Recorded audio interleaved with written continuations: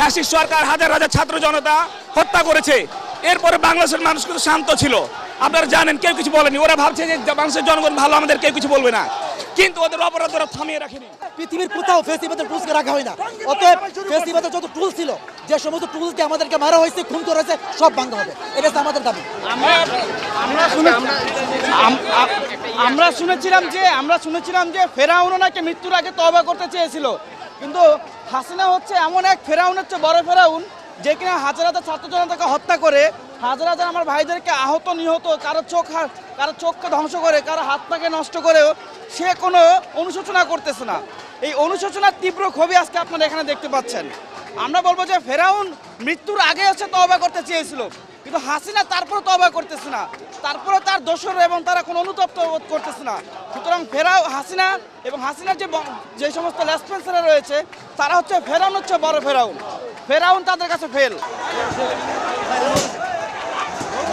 আমরা এখানে আসছি মূলত ফেসিবাদের কবর রচনা করার জন্য। আমরা এখানে ফেসিবাদের কবর রচনা করার জন্য এখানে আসছি, এবং এটা বলতে চাই, সামনে যারা ফেসিবাদ হবে তাদের অবস্থাও এমন হবে।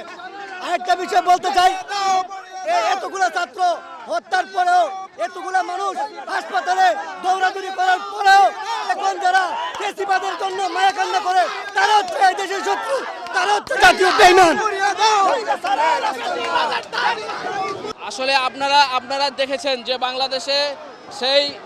বাংলাদেশের খুনি শেখ হাসিনা দিল্লিতে 5ই আগস্ট পালিয়ে যায়। এরপরে আপনারা দেখছেন যে বাংলাদেশকে অস্থিতিশীল তৈরি করার জন্য ভারতীয় মিডিয়াদেরকে সে তার অর্থ দিয়ে গত 15 বছরে যে অর্থ উপার্জন করেছে বাংলাদেশে দুর্নীতি করে, সেই ভারতীয় মিডিয়াদেরকে দেখেছেন, তাদেরকে অর্থ দিয়ে বাংলাদেশের নামে গুজব তৈরি করে বাংলাদেশকে অস্থিতিশীল পরিস্থিতি তৈরি করছে।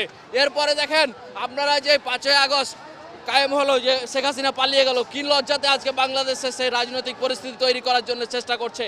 আজকে রাত 9টায় তাদের কর্মসূচি ছিল, এবং শেখ হাসিনা হাসিনা দিল্লিতে বসে বাংলাদেশে রাজনীতি করার চেষ্টা করছে।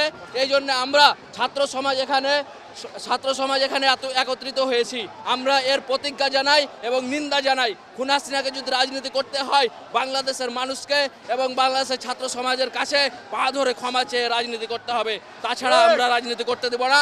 যথাযথ শাস্তি তার প্রথমে ভোগ করতে হবে।